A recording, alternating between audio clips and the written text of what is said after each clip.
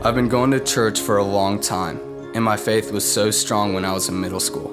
I knew the right answer to every question. It was Jesus. But something had changed. Halfway through high school, I decided I was bored with the product that church was trying to sell me. What did I need to be rescued from? Why did I need to be saved? I've never done anything wrong. I felt like I needed to taste death before I could taste life.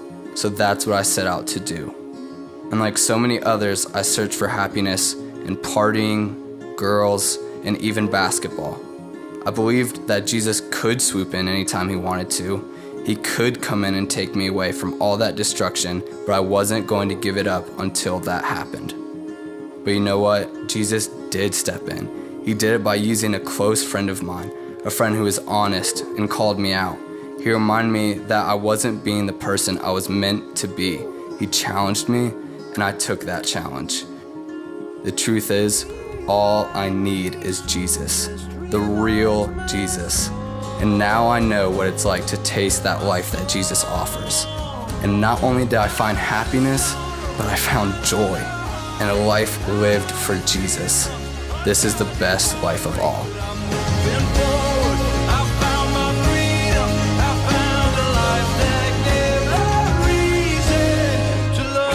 My name is Caden Dulmage, and this is my yearbook.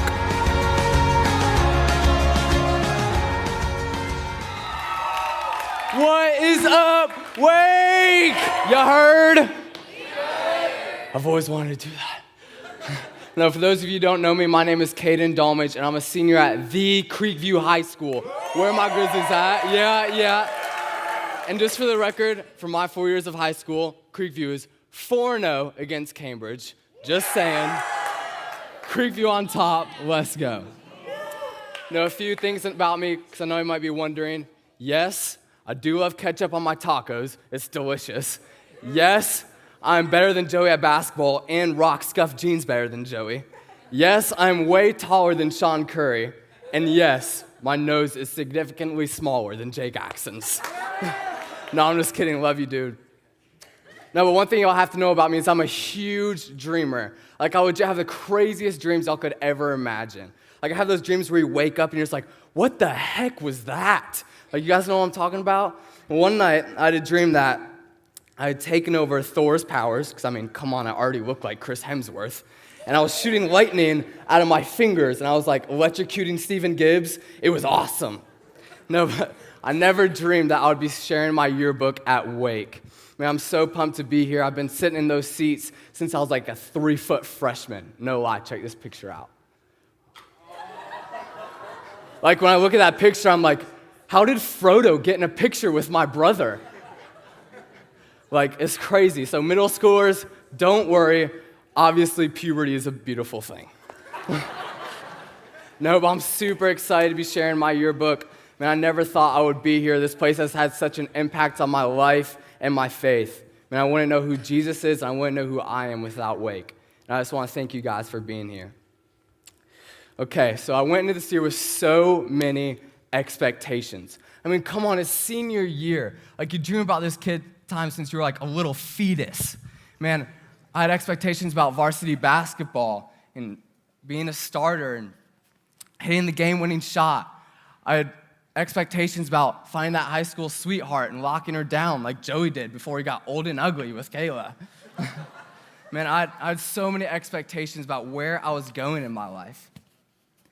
Man, I had expectations about where I was going to go to college and what I was going to do. And I had a lot of expectations about what I was going to do with my faith. Man, I had plans to leave my mark in high school. I had plans to leave a legacy. I had plans to make an impact. Man, I thought this year was going to be all about what I did for God. But this year turned out to be what all God did in me. Well, before we get to this year, I'm going to catch y'all up on the history of Caden Dulmage. So it started out May 28th, 1999. I was 8 pounds, 0 ounces, born in Jackson, Michigan, 20 inches long.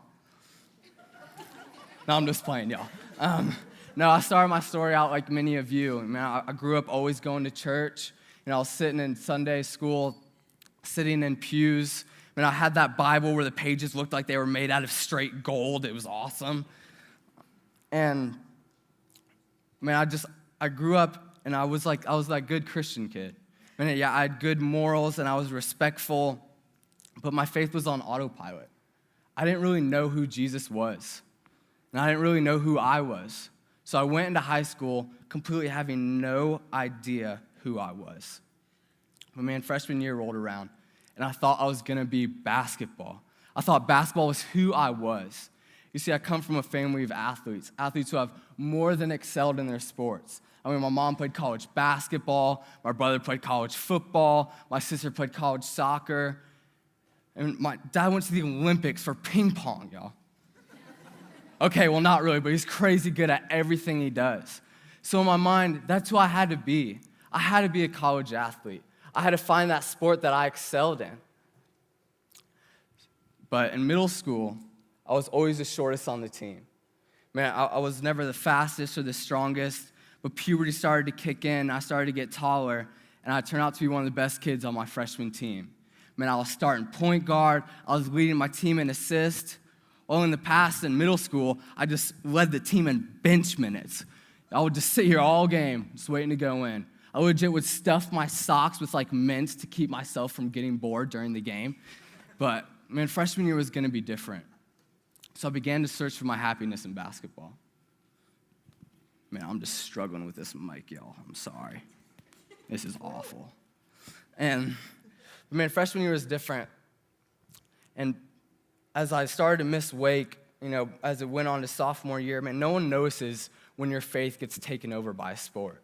No one thinks it's a big deal when you begin to miss church, when you begin to miss church for practices and games. Everyone just thinks it's all right.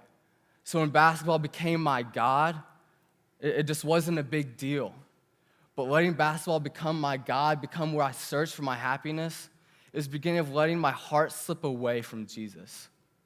In sophomore year, the changes in me started to become more evident. Man, you walk through Creekview halls for 5 minutes and you hear about people starting to drink. They're starting to smoke. We hear about some crazy weekend party or some guy got drunk with his horse because that's what you do in Cherokee County. Like, yee, brother, it was awesome. No, but I told people, I wasn't about that life. That's not who I am, and I stood for something. But man, slowly but surely, I began to take steps towards experimenting with those things. And eventually, guys, man, who I was while I was acting with church people was completely different than who I was with a group of guys that were the most popular or the older classmen. And eventually, it led me to smoking weed. And I didn't think it was a big deal. I just thought it was something you do in high school. Man, I wasn't some drug dealer. Yeah, I did it a few times, but I just didn't think it was a big deal. It was such a small deal to me that eventually I just stopped. Man, I just stopped because I didn't like the feeling of it. Man, I just got bored with it. But I began the pattern of thinking that sin wasn't a big deal. I began a pattern of just letting my heart just go down that darkness, even if it was just for a little bit. And that was going to begin to spiral out of control. Man, what happens when you give a mouse a cookie? He's going to want a glass of milk. That's right. That's what happens when you give Satan just a little bit. Man, he's going to want to take more. And the little things in your life that you don't think are big deals are preparing your heart for more pain, more suffering, and more sin. That just little taste of darkness is just going to keep leading to more darkness. When junior year is when my personality and my faith really started just to fall apart. When junior year was just like a fart in my face. I was living on autopilot. I was going through the motions in every aspect of my life. Man, I was just coasting. And when I was just coasting, that the most dangerous idea began to creep into my mind, and I began to believe something. I believed that I had to experience death to experience life. Man, check it out. I had to taste death to taste life. What I mean by that is, man, I had to go down this road of living wild, of living crazy, of doing what I wanted so I could experience grace and rescue from God. I mean, growing up in church, you learn about how people are rescued from Jesus. They're rescued from their sin. They're rescued from their temptation. But how could I be rescued? Like, I wasn't even doing anything that wrong. Sure, I'd messed up a few times, but man, I didn't need to be rescued from anything. So, man, I began just to follow that path of darkness. I thought that's what I needed to do. I thought I needed to go down that life of living how I wanted, of drinking, of partying, so God could swoop in and I would have some awesome story about how he resurrected me. But man, so I started to sit at the table of sin. It was like a reverse Sour Patch Kid. Like, it's all sweet in the beginning. It's awesome. It's fun. But then the sourness comes and smacks the taste buds out of your mouth. And that's what happened. I was left with the bitter taste of death. I had no idea how bitter it would become. And I had completely intentionally separated myself from God. And I stopped coming to church. But one thing that's important that I say is that, man, none of my friends wanted me to go down that. Man, none of my friends were pressuring me into drinking with them. They all knew where I stood on my faith. They knew I was a strong Christian. But man, I was tired of being the sober guy at the parties. I was tired of just being that guy left out. I mean, I hate the word peer pressure because it's just a cop-out. Man, no one was pressuring me. It was my actions. It was my philosophy that this is what I needed to do. It was none of my friends' fault. It was my fault. You know, we can blame our sin on other people. We can say, man, yeah, they pulled me into that. But no, I pulled myself into that. And I began to search for my happiness in drinking. I went from basketball, because basketball had become something that I was just going to be sitting on the bench again. And so I went from my search from basketball to drinking and partying on the weekends. And it all led up to me stepping both feet in the darkness. It's like this, guy. So, like, if you want, man, I wanted to keep that foot in the light. But, I mean, you can want to keep half your weight on the stage and put half your weight off the stage, but it's not going to work. You're going to have to commit to one side or the other. You're either going to have to stay on the stage or take both your feet into the darkness. And I took both feet into the darkness. And then spring break hit. And I went to good old dirty Destin, where you go to drink all day and party all night, and it becomes a search and destroy mission to find girls every second of the day.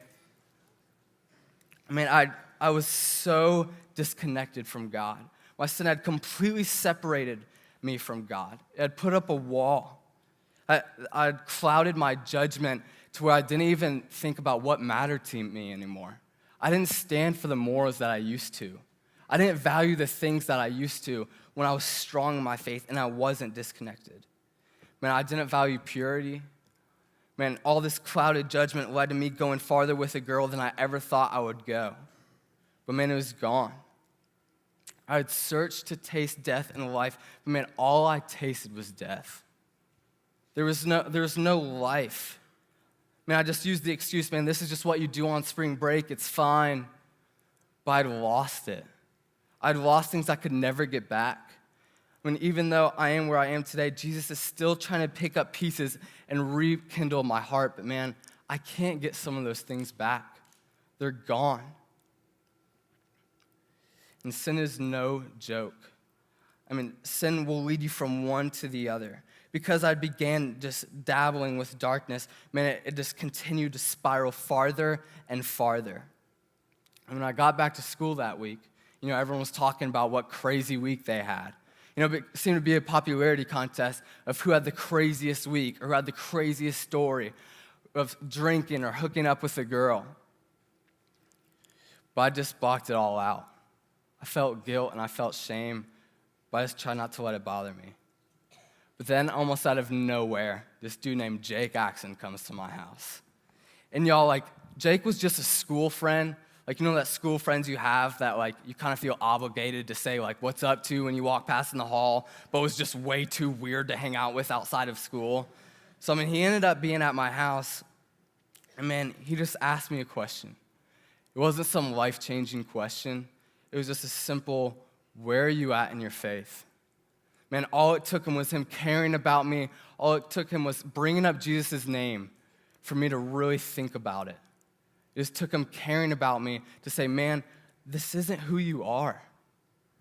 And as that night rolled on when Jake left me, I just sat there thinking about everything I had done.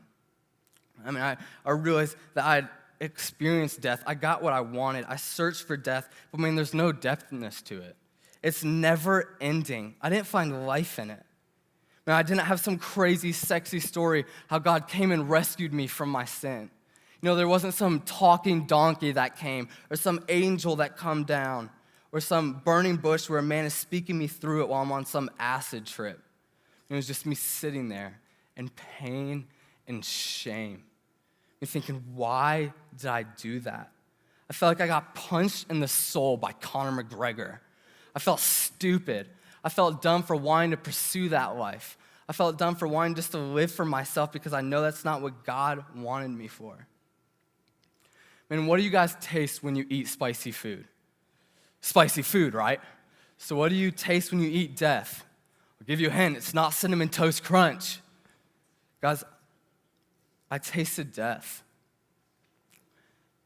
And check it out. This is the most important thing y'all could get from me tonight. Even if y'all forget everything I say, if you forget my story, man, the only death I needed to experience life was Jesus' death on the cross for me. Did y'all catch that? The only death that I needed to go through was Jesus' death on the cross for me. Man, he died. He was crucified. He was murdered. He suffocated on his own blood. He tasted death so that I never had to. He didn't want me to taste death. He said, I've been there, I've done that for you, and I did it for you. I did it so that you would never have to taste death. If you're here tonight and you think you need some awesome story, if you think you need to just keep seeing where life takes you, to keep seeing where, man, I need an awesome story of how a redemption story, I mean, stop running. When God's here saying, man, I've already paid the price. I've already died for you. I've already experienced all the death that you need so that you can have life. But God began to use a group of guys. And as they were with me, man, I just began to contemplate. Man, I'd wasted so much time searching that death. Man, I'd wasted so much time that I could have gotten to know Jesus. I could have been stronger in my faith earlier on. I could have tried spreading his name, but it was too late. I had wasted that time. But man, those guys, we just spent more time over the summer together. We spent time in discipleship, trying to pour into each other, trying to learn about who Jesus was and who we are to each other in Jesus. We were brothers in Christ. Jesus is how we wanted to experience life, not by searching death. And then I went on the escape, and I developed a drive in my heart for Jesus that I had never felt before. I was on fire for him. Man, I came back from the escape, and I was so excited for Wake, and I wanted to be a bringer. And so Jesus. Man, Joey gave me 500 donuts, y'all. We got 500 donuts from Publix. We were looking crazy. So we got these donuts to hand out at Creekview. We were going to hand them out and tell people, man, come to the first week of Wake. It's going to be awesome. And so we loaded them up in my car that night. And the next morning, I got in my car, and I got like a fresh breath of diabetes as I was getting ready to drive to school. Man, I was reading my Bible and reading daily. I was praying every day. And I was inviting people, but I was awkward. It was awkward to stand here and try to talk to someone or invite them. And I let that awkwardness and people telling me no to make me stop inviting people. And it was just too awkward. I didn't want to do it anymore. And that me not inviting people began to me stop going to Wake. And a large part of that had to do with basketball. Man, senior year basketball got here, and I thought it was going to be like freshman year. Man, I thought everything I'd gone through, everything that I grinded for, it was all going to be worth it senior year. Man, I was going to get to have my year. So I searched for my happiness. Basketball became my God again. but it just left me disappointed. It was just going to be a year of limited minutes and another losing season. And man, I tried finding my happiness in relationships with girls too. Girls who love Jesus. So I thought, man, that was worth pursuing. But that just left me disappointed too. And I've tried finding my happiness in all these things. Basketball, man, school, and even girls. Man, high school girls literally change their emotions like they change their clothes. Orange Schultz.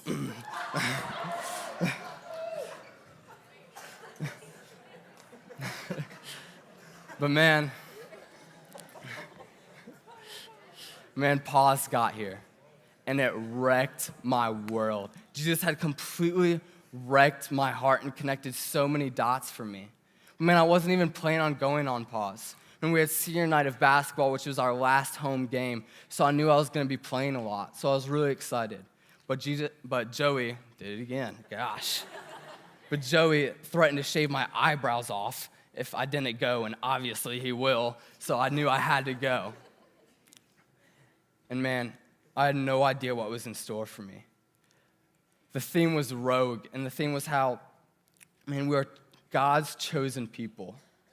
We studied 1 Peter, and man, Peter's someone I related to. Man, the last night we studied Peter's life and how Peter had been passed up by everyone. And I felt like I had been passed up by everyone. I felt like basketball had passed me up. I felt like relationships had passed me up. I felt like friendships passed me up. Man, everything I looked for happiness had just passed me up. But Jesus chose Peter, even though everyone else had passed him up. And that's how I felt. I think like everyone passed me up, man, Jesus still wanted me. But even though Jesus wanted him, Peter rejected Jesus. This little girl, right before Jesus' crucifixion, came up to Peter.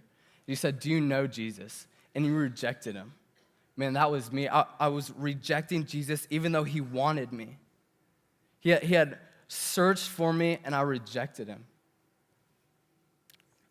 Man, after Jesus' resurrection, Paul goes back to being a fisherman. Before Jesus' resurrection. Paul goes back to this is the only place he's comfortable. He went to his comfort zone. It's the only thing he knew. It's the only place he felt like he belonged. He looked for his happiness in being a fisherman again. And that was me. I had rejected Jesus, and I had gone and searched for my happiness in cycles of sin, whether it was basketball or whatever I looked to have a God for.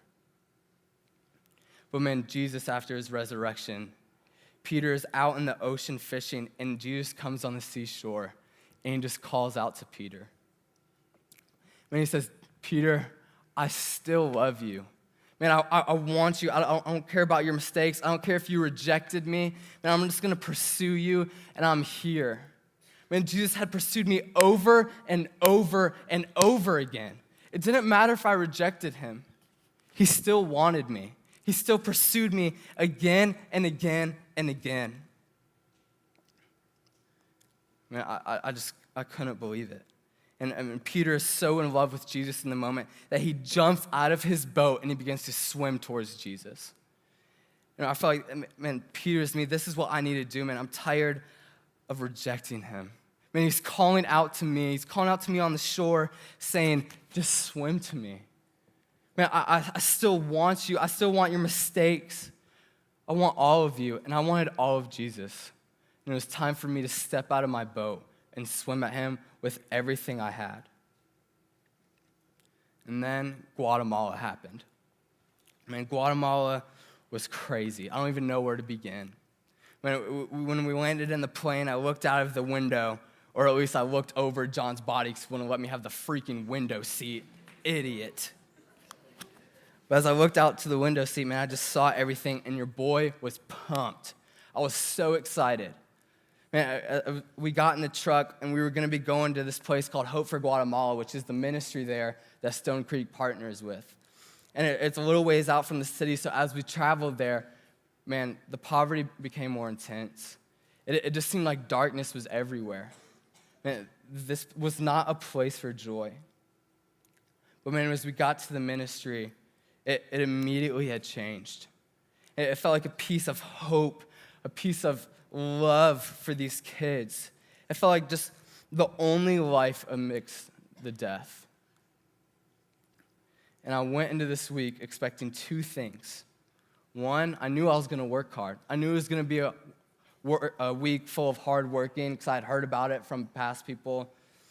And the other expectation was I wanted to find that kid. You know, people who had gone in the past, they had all connected with the kid. You know, they all told me stories about how they loved this little kid or sponsored a child. And so I couldn't wait to find my little G. You know, my dude he was my boy. And the first day, man, it just didn't happen. So the first day we wake up and we got put on dish duty, my team, and we were doing dishes. And then we went to the other ministry. We didn't get to spend a lot of time with the kids. And on our way to the old ministry, man, we were going to be painting there. And I was like, okay, this is going to be fun. Like, you know, I like painting, so I can get into it. It's fine. But as I got there, I was the last one to get up there, and everyone else had already grabbed a paintbrush. So my job was to grab the paint scraper, and anyone who dropped paint on the cement floor, I was going to have to scrape off. And my team was awesome about getting way too much paint on their paintbrush, so they would splat it against the wall, and it would just go everywhere. I couldn't tell if they were trying to paint the walls or the floor, but either way, it sucked. And after all that scrubbing, man, we went back to the ministry, and the kids were still there. So I was excited. I wanted to go try to connect with the kid. But as I went, man, I couldn't connect with anybody. The language barrier was too tough. Man, I just felt even more awkward than I did back in the U.S. So I just went back to help scrubbing dishes and helping out. And later that night, we had a devotional. And after this devotional, we split off into prayer partners. And I got the goofiest, craziest, most passionate prayer partner ever. I think we all know who I'm talking about. Carson Knopf. I love that dude. He is awesome. Anyway, man, as he's asking me what I need to pray for, I hope I connect with a kid. I hope God just helps me find that one little kid that I can connect with, that he can just be my dude all week. But, you know, if not, it's fine. If not, I'll just dedicate myself to working hard for the ministry. It'll be all right. But, man, that next day, God had different plans for me. Man, he answered my prayer with a little boy who came off that bus named Richard. Y'all, he ran off the bus and pulled me in a straight leather jacket hug, and he just stood there, drooling, smiling at me. I mean, that's all he did. Like, no matter what I did, everywhere I went, if I was playing soccer, if I was doing dishes or painting, he would just stand there, just smiling, and just drool coming down. I didn't have to do anything for him to love me. I mean, I did have him on my shoulders like all day long and have him drool pools into my hair all day as John would make him laugh and he would just drool even more into my hair. But man, he was an answered prayer. I loved it. I was thankful. And the next day, I got the chance to go to the market. And the market is where Hope for Guatemala gets all their food. It's a huge, they described it to me as a huge, airport full of food where they would go and they would ask for donations. And so it sounded fun, but, I didn't think it was going to be that big. I didn't think it was going to be that tough. But, man, as we got there, we went there with Brad Wilcox, who is a man that used to go to Stone Creek. He was a man who lived here, and he went on 1 week to Guatemala, and he just felt like God was calling him to move there. So Brad picked up his family, his 2 little kids, and he moved to Guatemala. Like, how crazy of a faith is that? Like, how many of us have that faith just to hear a calling by God to move our family? Man, he was just an awesome guy to work with. And when we were going around asking for donations, man, I was following Brad, and we weren't getting anything. All the market dealers, they were just either saying no, or they were just giving us our scraps. They would give us whatever they were already planning on throwing away. And so, we just stopped there, and Brad said, it's important that we just pray. We need Jesus to come through, and we need to pray and ask him. And so we stopped in the middle of everyone, of all the craziness of the market, everyone buzzing around us, and we just prayed. We pray that Jesus come through and that he helps us get the food that we need. And man, he did. He provided. he filled up a huge trailer and a huge truck full of food. I mean, I never would have believed that the next vendors that we would go to right after praying would all donate. Almost every single person was saying yes. Not only saying yes, but giving us our best stuff. Giving us their best stuff, and some people would give us more than half of their stuff they had. And these people, they don't really have anything, but they were still giving, and it was because of our prayers that they began to answer. And there was another kid I connected with, and his name was Brian Alexander. This dude was awesome. And I connected with him later in the week, but we connected right off the get-go because, one, he spoke a little bit of English, which was awesome because we could, talk a little bit. And two, he loved the UFC, so of course we're gonna hit it off. And I would just help him with his English throughout the week, and he would just destroy me in soccer and make me look stupid. He would nutmeg me every time I went to try to play with him. But that last night, Jose had pulled together our team. And he said, guys, there was gonna be a gang going through Brian Alexander's neighborhood. And this gang had already marked his house. And this meant that gang was gonna come in later. They were gonna come to all the houses they had marked, and they were gonna take everything that family had. Guys, in Guatemala, they don't have some banking or checking account they can just put stuff away. This was gonna be life-changing for them. This was gonna wreck them. And so it broke my heart that my new friend, who I just loved, he was gonna have a gang come to his house and just demand things. And if they didn't give the gangs what they wanted, then people would be killed. And so the thought of, what if something happened to Brian? It destroyed my heart inside. I couldn't even want to think about the idea of something happening to him. As we prayed as a team that God just watch over his family, just keep him safe, just put your hand over him. Jose came back an hour later, and he said, guys, I just got back from the neighborhood. And Brian Alexander's house had been mismarked. And those gangs, they didn't come to his house. But they were marked, y'all. His house was marked, and through our prayers and through Jesus saying, Brian, I got you. Jesus had unmarked that house. He had answered our prayers. And Guatemala just blew my mind about how Jesus can come through. If these Guatemalans just prayed with purpose, they believed with the passionate purpose that, God, I'm gonna ask you something, and I know you're gonna come through. I have the faith that you will supply for us. And I wanted that. And throughout the week, Joey had been talking to me and a few other students about going into ministry. And that always crossed my mind. I thought it was really cool what Joey did. He was awesome. People loved him. He seemed to have really awesome relationships with everyone. So I thought about it. It seemed like a pretty cool idea. But all senior year long, I have been praying, God, just what do you want for my life? Parents are asking you going into senior year, you're going to college soon. What are you gonna do? And I didn't know. And I kept praying, but I'd never seen any answers.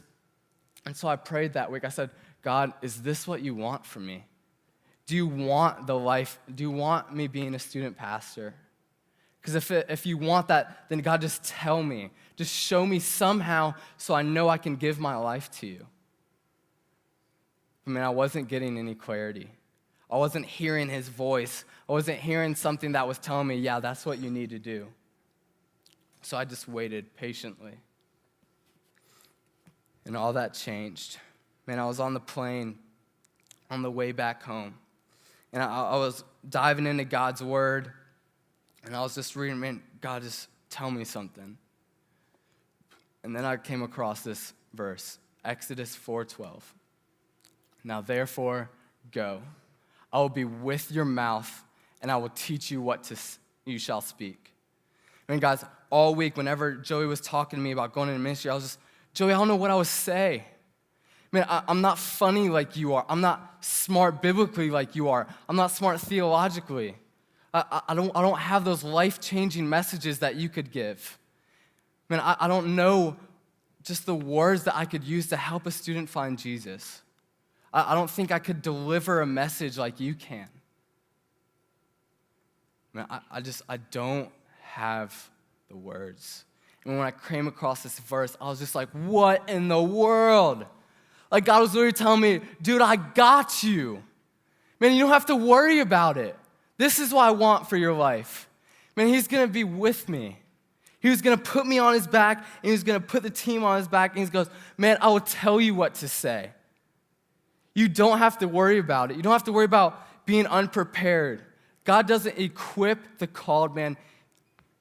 Or God doesn't, he equips the called. Yeah, that's what I'm going to say, y'all. I'll mess that up. God doesn't call the equipped. He equips the called. There we go.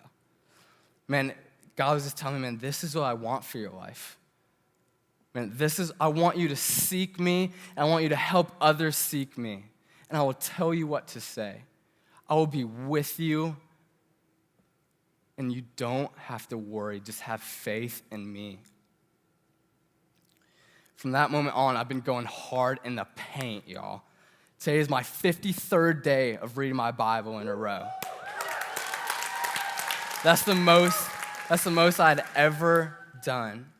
Man, I can't wait for day 100. I can't wait for day 500. Can't wait for day 5,000. And for the rest of my life, I want to read my Bible every day. I want to keep getting to know him. I want to keep being bold with him. I want to keep living to make him famous. And guys, this summer I'm going to be applying for an internship here at Stone Creek. I mean, it's my first step into going into what God called for me. It's that first step to saying, okay, Jesus, this is what you want for my life. This is what I'm going to do. And I'm so pumped. I'm so excited. God has put a joy and a happiness in my heart. The happiness all those years of searching for just nothing, for searching for happiness in basketball and girls and friendships. All of it had left me empty and dry. All the happiness I searched for death, I only found death. I didn't find life, but man, God found me, and I found him, and I found the joy and the true spiritual happiness I've been searching for all the days of my life.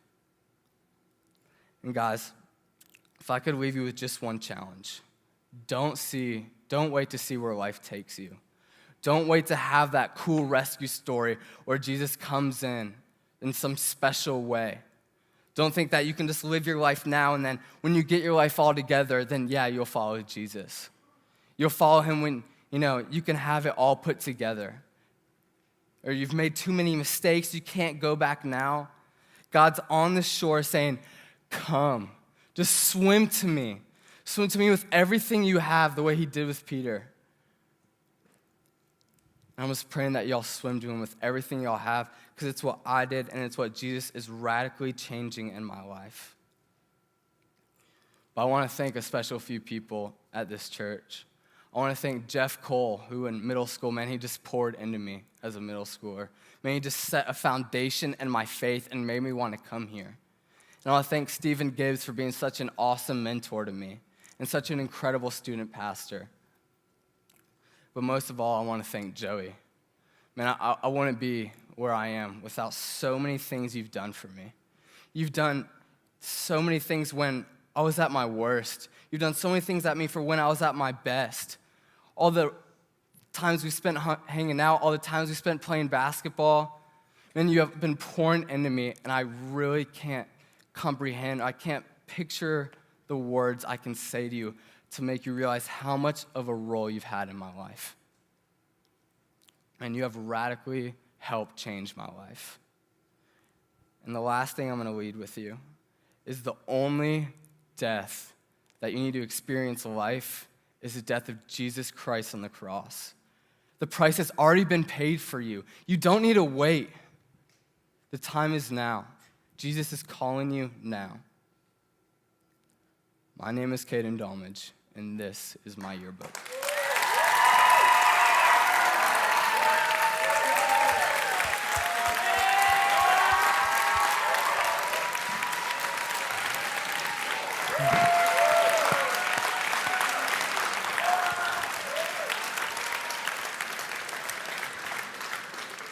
Guys, let's pray. Jesus, we love you.